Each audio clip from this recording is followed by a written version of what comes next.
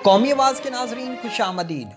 नाजरीन, ईरान चीन मुआहिदा मगरब में किस तरह खतरे की घंटी बजा चुका है, कैसे व्हाइट हाउस एक बड़े चैलेंज की तैयारी कर रहा है और सबसे बढ़कर ये कि किस तरह ईरान चीन एग्रीमेंट ने भारत के लिए मुस्तकिल सरदर्द शुरू कर दिया है। ईरान की बंदरगाह से भारत ने किस तरह हाथ धो लिए हैं, इन सब की तफसील जानने के लिए हमारे साथ रहिए। दोस्तों, वीडियो की तफसील में आगे बढ़ने से कबल अगर आपने कौमी आवाज़ को अभी तक सब्सक्राइब नहीं किया तो इसे सब्सक्राइब और बेल आइकॉन पर क्लिक ज़रूर करें, क्योंकि ये मेरी और आपकी नहीं बल्कि पूरी कौम की आवाज़ है। नाजरीन, ईरान चीन मुआहिदा हालिया हफ्ते में आलमी सतह पर बड़ी खबर के तौर पर लिया गया। इस मुआहिदे ने मगरिब के जहां कान खड़े कर दिए, वहीं इस मुआहिदे के मुतल्लक सवालात भी खड़े हुए हैं।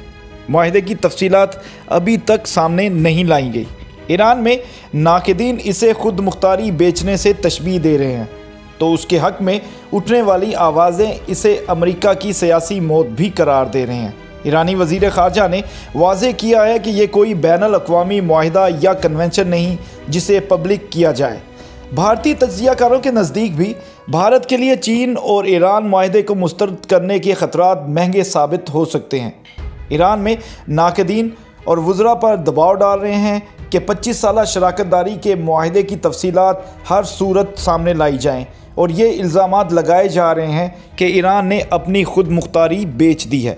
नाजरीन, ईरान के हुकूमती तर्जमान ने कहा है कि ये मुआहिदा प्रोपेगेंडा जंग का निशाना बन रहा है। इसको शाया करने पर कोई कानूनी जिम्मेदारी लागू नहीं होती। ये मुआहिदा इंटरनेशनल ट्रीटी या एग्रीमेंट नहीं है और इसकी कानूनी तशरीहात के लिए पार्लियामेंट की ज़रूरत भी नहीं। उन्होंने इशारा दिया कि इसे पब्लिक करने में चीन रुकावट है। इससे कबल ड्राफ्ट लीक हो गया था। ईरानी पार्लियामेंट का इसरार है कि मुआहिदे पर पेशरफ्त से कबल इसकी जांच की जाए। मुआहिदे को ईरान पर मगरब की तरफ से ना ख़त्म होने वाले रस्ते के मुतबादल के तौर पर देखा जा रहा है। ईरानी कानूनसाज और फॉरेन पॉलिसी कमीशन के सरबराह का कहना है कि ईरान ने रूस के साथ भी उससे मिलते मुआहिदे पर दस्तखत की कोशिश की थी। कई ईरानी तज्ज़ियाकारों ने इस मुआहिदे को अमेरिका के लिए एक सियासी तबाही करार दिया है। अमेरिकी अखबार न्यूयॉर्क टाइम्स के मुताबिक दोनों ममालिक ने मुआहिदे के मंदरजात सामने नहीं रखे। गुज़िश्ता साल इस मुआहिदे के 18 सफ़ाती ड्राफ्ट को हासिल करने का दावा करते हुए अखबार ने लिखा कि यह $400 अरब का मुआहिदा है जो आइंदा 25 बरसों में कई सेक्टर के लिए है। इसके बदले में चीन रियाद से बाकायदगी से तेल लेगा। इसमें मिलिट्री तावन, मुश्तरका मशक़ें, तहकीक और असलहे की तैयारी और इंटेलिजेंस इश्तराक भी शामिल है।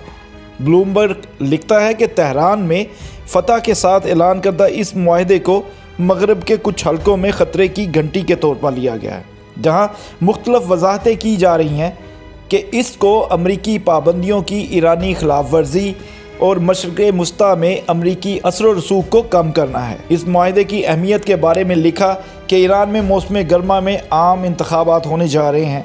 ऐसे में सदर हसन रूहानी की इंतज़ामिया के साथ मुआहिदा एक कागज़ का टुकड़ा ही होगा। ईरान डेली ने वज़ीर ख़ारजा महमूद मोहम्मद जवाद ज़रीफ़ के हवाले से लिखा कि 25 साला ताउन के मुआहिदे को मुश्तरका मुफादात के हसूल के लिए बाहमी एहतराम और जीत के नुक्ता नज़र से तैयार किया गया है। उन्होंने मुआहिदे के अहदाफ तो बताए लेकिन तफसीलात जारी नहीं की। इस मुआहिदे की तैयारी में 5 साल लगे, जिसने अमेरिका के 2 हरीफों को इकट्ठा कर दिया है। भारतीय मीडिया के मुताबिक चीन ईरान मुआहिदा भारत के लिए दर्द सर बन चुका है। ये सिर्फ एक और बैनुल अक़वामी मुआहिदा ही नहीं, ये हिंदुस्तान के लिए बिल्कुल अच्छी खबर नहीं है। भारत को खित्ते के ममालिक के साथ अपनी पॉलिसी का अज़ नौ जायज़ा लेना चाहिए। मार्च को तेहरान में चीन ने ईरान के साथ $400 बिलियन के मुआहिदे पर दस्तखत किए, जिससे 2 रियासतों के माबैन मजबूत बनाने के मकासद की बुनियाद रखी गई। ये मुआहिदा इस वक्त में हुआ है जब अमेरिका ईरान पर आयद पाबंदियां ख़त्म करने के बहुत कम इशारे दिखा रहा है। जो बाइडन इंतज़ामिया से तवक्का की जा रही थी कि वो डोनाल्ड ट्रंप की पॉलिसियों को बिल्कुल उल्ट देगा और जोहरी प्रोग्राम जैसे बुनियादी मामलात पर समझौता किए बगैर अमेरिका ईरान के मुतल्लक मुफाहमती अंदाज अपनाएगा। भारत ने ईरान पर अमेरिकी पाबंदियों के हवाले से अपने तहफ़्फ़ुज़ात बार बार आगाह भी किया है। स्ट्रैटेजिक लिहाज से बिन अब्बास बंदरगाह भारत के लिए अहम है, जो हिंदुस्तान के ज्यादा से ज्यादा कार्गो संभालता है। इसे हिंदुस्तानी कारोबार के लिए बंद कर दिया गया है, जिससे तजारती लागत में कई गुना इजाफा हो गया है। ईरान हिंदुस्तान को तीसरा सबसे बड़ा तवानाई फ्राहम करने वाला मुल्क भी समझा जाता है और पाबंदियों ने इन सप्लाइयों को भी रोक दिया है, जिसकी वजह से तेल की कीमतों में इजाफे और तजारत के तवाज़ुन में खलल आया है। 2018 में ईरान के जौहरी मुआहदे से अमेरिका के निकलने के बाद ईरानी दरामदाद पर मुकम्मल पाबंदी लगा दी, जबकि भारत समेत सिर्फ 8 ममालिक को सिर्फ 6 माह की छूट दी गई। छूट मई 2019 में ख़त्म हो गई। अगरचे पाबंदियों से के खात्मे से कबल भारत की तेल के दरामद में ईरान का हिस्सा 10% था, जबकि भारत को 80% ज़रूरत थी। इसके अलावा भी बहुत से दीगर अवामिल हैं जो नई दिल्ली के स्ट्रेटजिक और सिक्योरिटी मफादात के मुनाफी हैं। चीन ने अपना कसीरल जाती बेल्ट एंड रोड मंसूबा और अब ईरान तक बढ़ा रहा है। इससे न सिर्फ बीजिंग के ईरान में कदम जमेंगे, बल्कि चीन को खित्ते में फैसला कुन भी बनाएगा।